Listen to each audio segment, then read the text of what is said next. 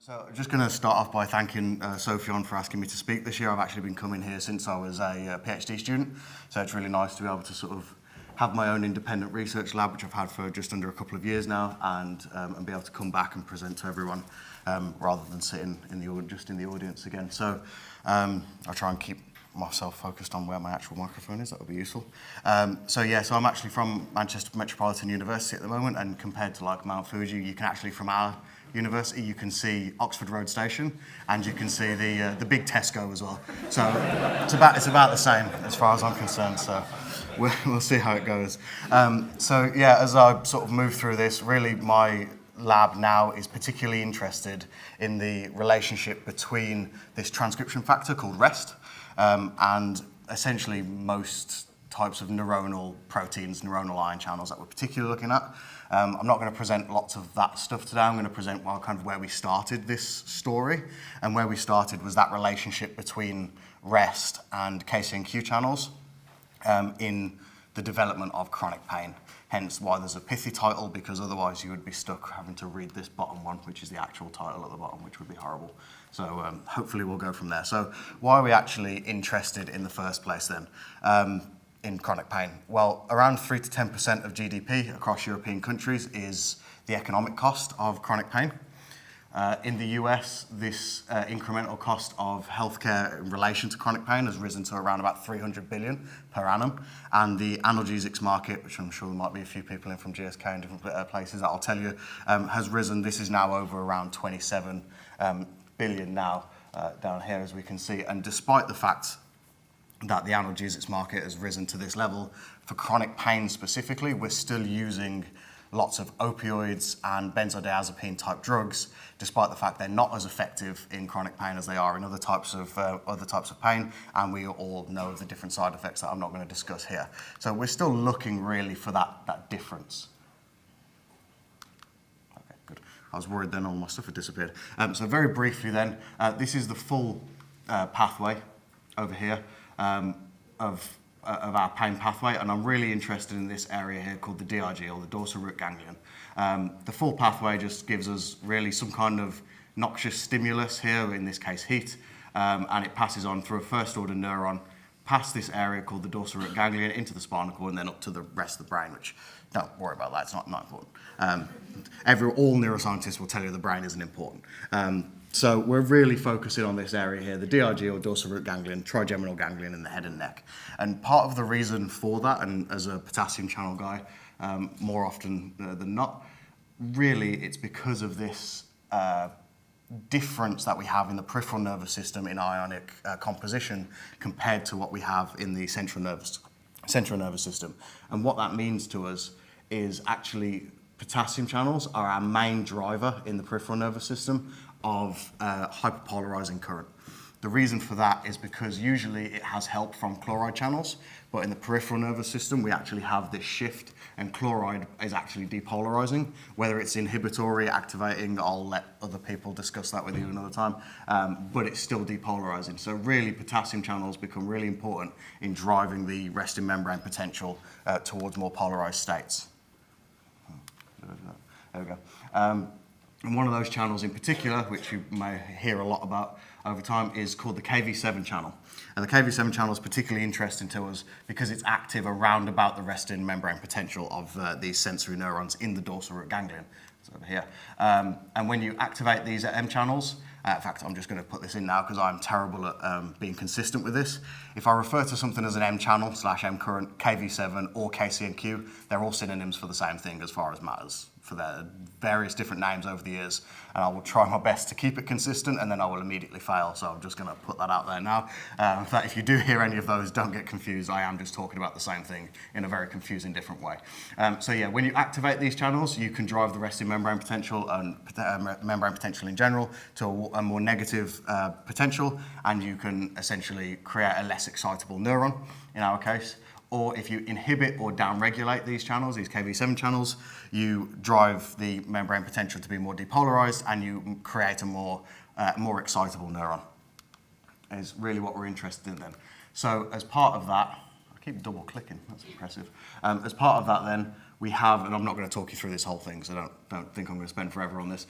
We have, during chronic pain, we have this plethora of changes that occur in the peripheral nervous system before we even get to the central nervous system in the spinal cord, which is why I'm saying don't worry about the brain and the spinal cord, we'll deal with that as and when, because this happens first, and actually as part of all of these changes that are occurring, what we see is a decrease in this KV7 expression, KV7.2 in this case, a decrease in KV7 expression and an increase in this transcription factor called REST.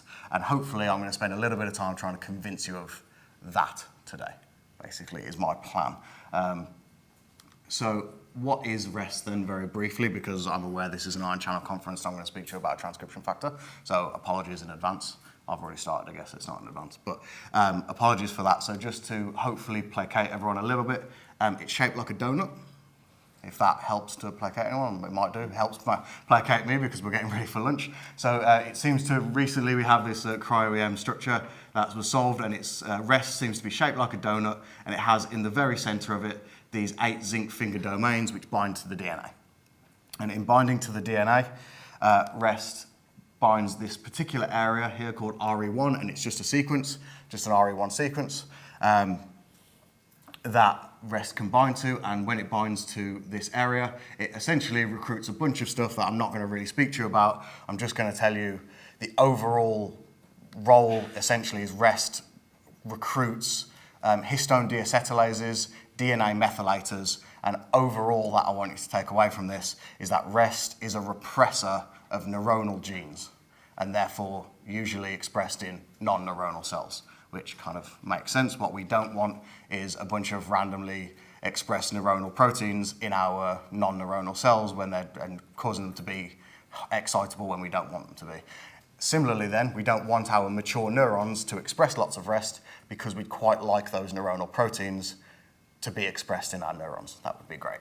So that's where we're sort of at in terms of that. So let's get to some data then. Initially what we found was that KCNQ channels, KV7, M channels, KCNQ channels have this RE1 binding site here in the promoter region of in this case, KCNQ2. It's also in KCNQ3, 4, and 5 as well. And when it's in the promoter region here, what we essentially did was we took some SHSY5Y cells and we used something called a luciferase assay, quite an old school assay now, but still worked really nicely for this, because what it allowed us to do was to either put the KCNQ2 promoter region under a luciferase reporter, either without the RE1 site or with the RE1 site. And essentially what we're looking at with our luciferase activity is because REST is a repressor, if REST was repressing the gene expression through this RE1 binding site, we should see less luciferase activity, essentially, and that's exactly what we see. We also saw a decrease in KV7.2 and KV7.3 mRNA when you increase REST expression, and in DRG sensory neurons, which I mentioned earlier, when you overexpress REST with an adenovirus, you decrease the level of M current, KV7 current in the cells, and you increase their excitability. So we're starting to see these sort of hallmarks of what we would see in cells that where chronic pain has occurred. This is sort of where we're getting up to. But as I've sort of already said, it's a repressor of neuronal genes in non-neuronal cells. So what does that actually mean to us then? Because, well, that means that the DRG neurons aren't expressing REST, right? Usually that is the case, yeah. I'm just going to spend 2 seconds just explaining these kinds of figures because they'll pop up quite a lot and I don't want everyone to be trying to interpret these forever.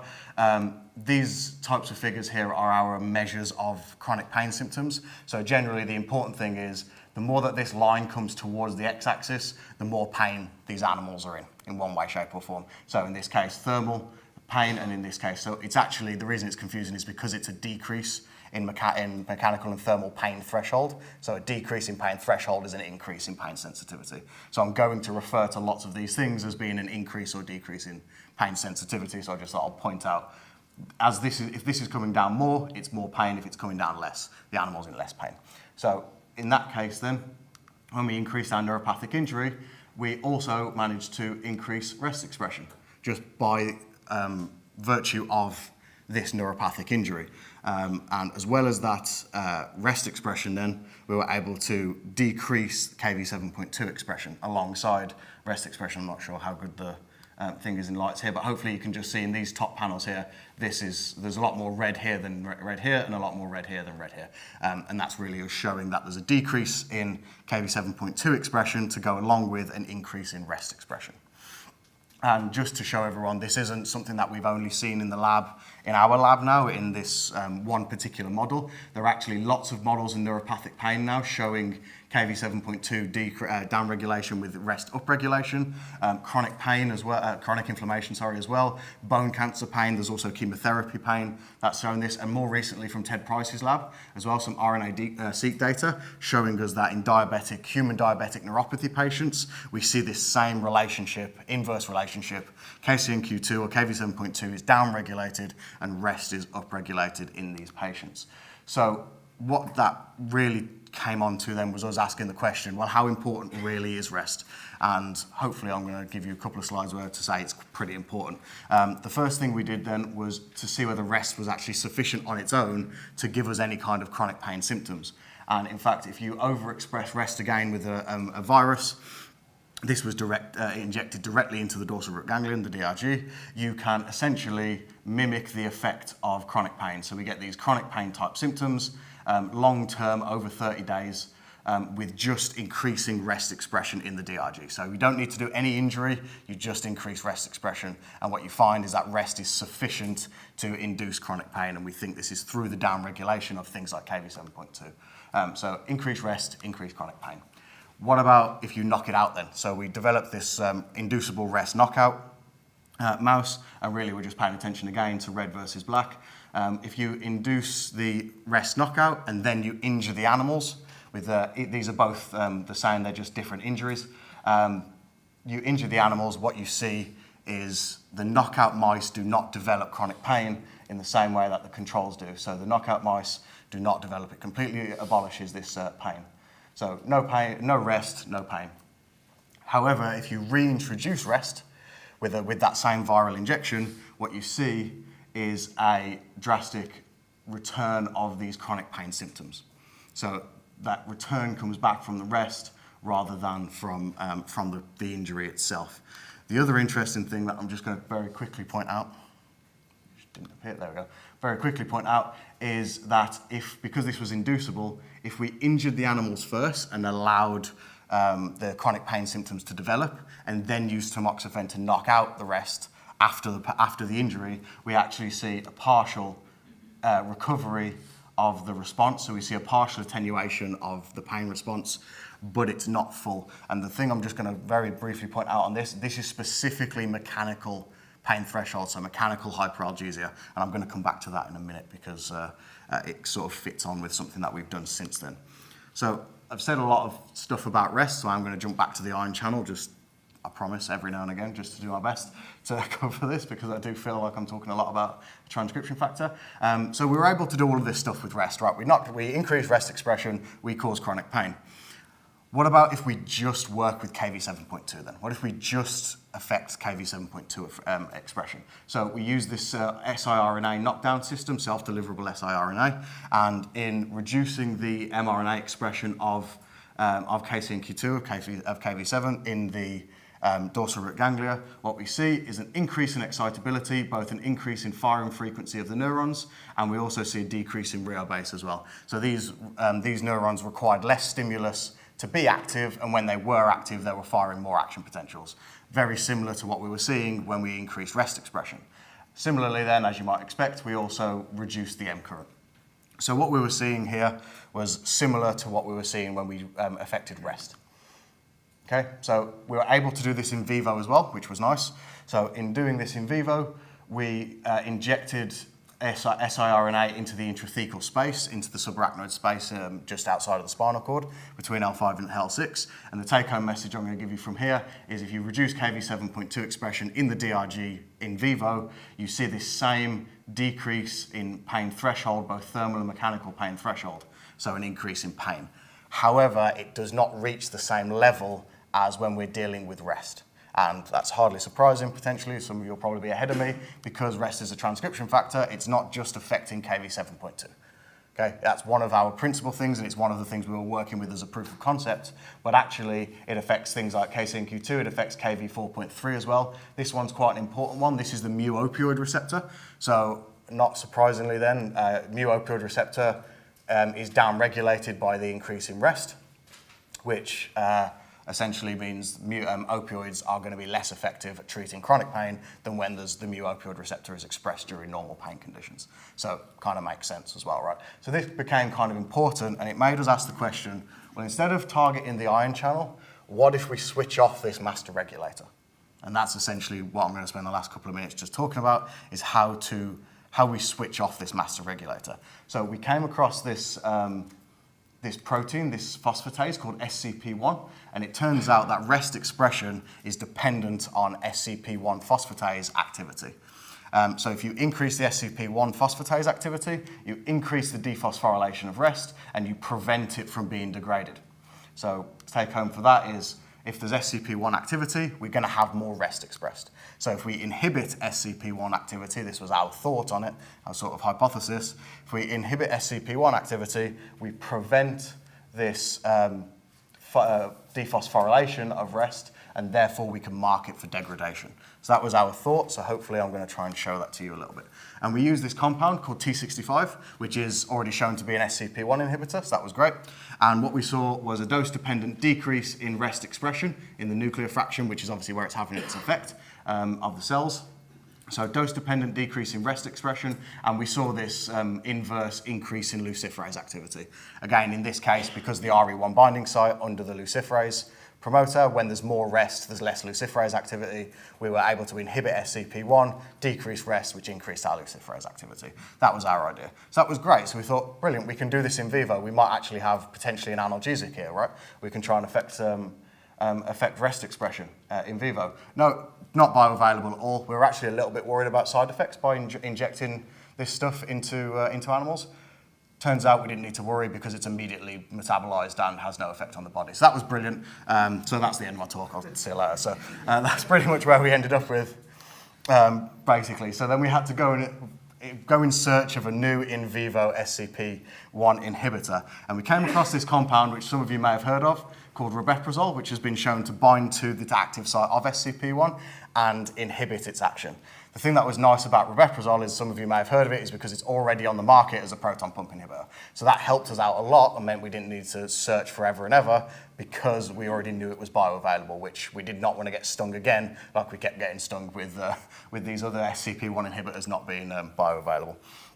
The other good thing about repressor is, because it's already out there as a proton pump inhibitor, it also has this other drug called lansoprazole that you might have seen, which has the same effect as repressor, is used in exactly the same way in the clinic, but does not bind to SCP1. So it gave us our negative control that we needed to show that hopefully it was SCP1 activity and not the fact, some kind of weird fact of it being a proton pump inhibitor. So we repeated all the stuff we already did, so I'm not going to talk you through all of it, but just to say we had the same dose-dependent decrease in rest expression, hopefully you can see that down here from the Westerns, and this same increase in luciferase activity. It isn't to the same level as T65, however, it's bioavailable, so I don't care about T65 anymore. It's a great drug, but impossible to actually change, unfortunately, into being a good drug. So we had to work with what we had, which was this repressor, but it did mean then that we could use it in vivo, which was nice. Did mean that we could use it in vivo, so we ran this dose-dependent dose-response assay in vivo, and essentially we injured the animals and we dosed them for 72 hours afterwards, and then recorded the effect. And hopefully you can see here, these ones are the ones we're looking at. This 60 mg per kg here of repressor was able to pretty much abolish the chronic pain effect of the injury. However, the interesting thing that I said I would come back to is we only see a partial change here, partial change in mechanical pain threshold. So when we knocked out rest after the injury, we saw a partial effect on mechanical pain threshold. Similarly, when we use repressor, we see this same partial effect on mechanical pain threshold. We don't see this full effect, but actually the thermal hyperalgesia was much more affected by the repressor. And then to go along with that then, because I know everyone's going to be wondering this already, it did also decrease rest expression in these animals. So after we'd finished the in vivo studies, we took the DRGs out, broke them down, ran our Westerns on them, and from our vehicles we can see our rest expression, and then we significantly reduced our rabeprazole, our rest expression from using rabeprazole. So that's pretty much everything I wanted to say on this. However, I will just show you guys. I have done a lot of experiments with lansoprazole as well that I haven't bothered to show here because they essentially all just don't have an effect. But just to completely finish off and say, when we did a longitudinal study with rabeprazole versus lansoprazole, lansoprazole had no effect on pain symptoms at all when we induced the chronic pain symptoms, whereas rabeprazole managed to prevent some of this change in chronic pain. So lansoprazole kind of tells us it's not something to do with the proton pump inhibitor effect. It's actually something to do more so with the SCP1, and we think that's basically because we're reducing rest expression. So just to summarize then, if you induce neuropathic injury, obviously you increase pain, you increase rest expression, and you decrease Kv7.2 expression and other neuronal ion channels. Same thing happens if you overexpress rest. If you knock out rest, you basically abolish all of these effects, which is nice. And if you treat these rats with a SCP1 inhibitor like rabeprazole, you're able to reduce the rest expression and therefore reduce the pain sensitivity. So that's kind of everything from me. What we're going into now as an independent researcher in my lab more so, we're still working on chronic pain, but we're also looking at this inverse relationship between rest and between Kv7 channels and other neuronal proteins. We're looking at this inverse relationship across different diseases now, one of those being cancer. So feel free to come and chat to me about anything where you think it might fit into anywhere else. And yeah, we've had a nice new building built in Manchester that you can see the big Tesco from. So if you want to come see the big Tesco, come and hang out with me. So just to say thank you to everyone who's done this, and thank you for listening to me for this period of time.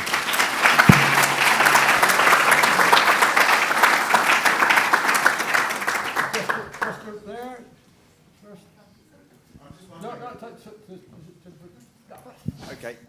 Mine's very quick, and then I'll hand it to Dan. Okay. Great talk, Fred. Thank you very much. So you said at the beginning, rest activity is high in non-neuronal cells because you don't want neuronal genes to be working.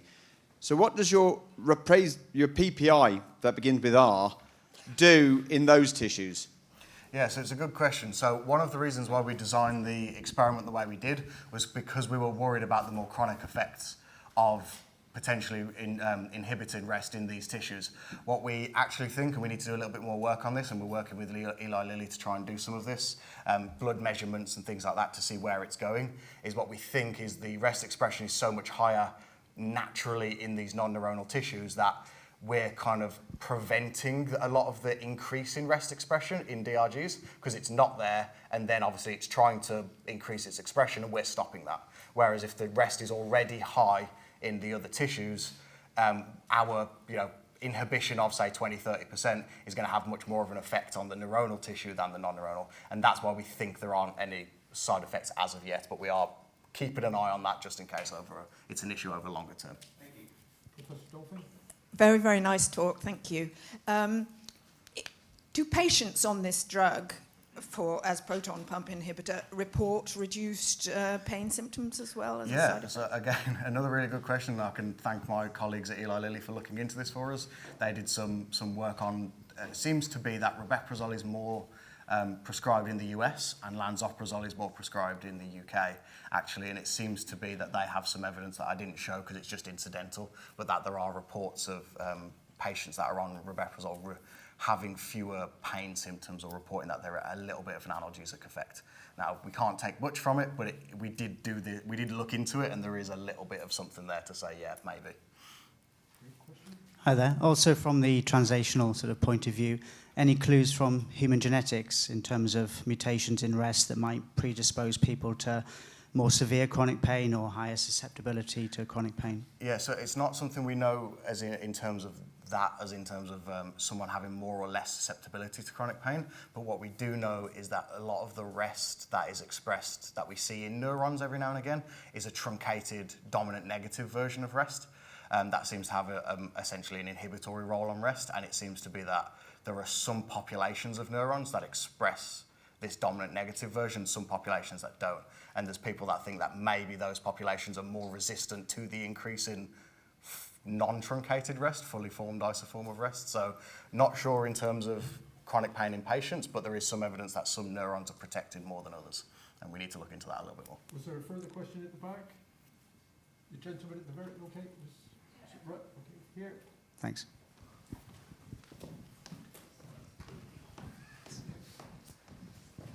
Quick answer. Okay.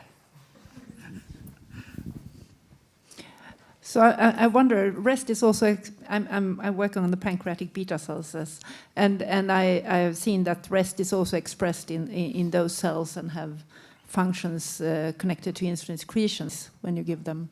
Yeah, so my simple, quick answer on that we can talk longer about after is Lilly are working on the blood work on these, on doing blood work on these animals to find out exactly these kinds of things. So I'll leave it at that.